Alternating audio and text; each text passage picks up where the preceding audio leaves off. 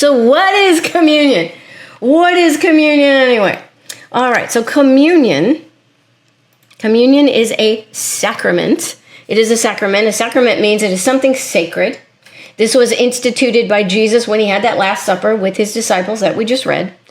So, and what is a sacrament? A sacrament, something sacred. Sacraments symbolize and guarantee God's promises to us. Okay, so they help us to remember God's promises. So sacraments act as kind of like a memorial, and that's exactly what Jesus told us to do: to take this meal, observe his body and blood in remembrance of him, as a memorial. So that's exactly what we are supposed to do. And so one of the reasons for sacraments is because since they remind us of what Jesus has done for us, they help us they strengthen us, they encourage us as we are working on following Jesus in this life. Okay, so communion, the word communion comes from the Greek word, which means to give thanks.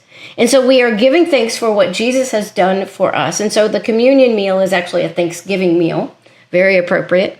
We observe communion because Jesus told us to when he said, do this in remembrance of me. And also because it's clear from Paul's writings, from the Acts as well, that the early Christians and the disciples were immediately started observing this communion, this Last Supper meal together.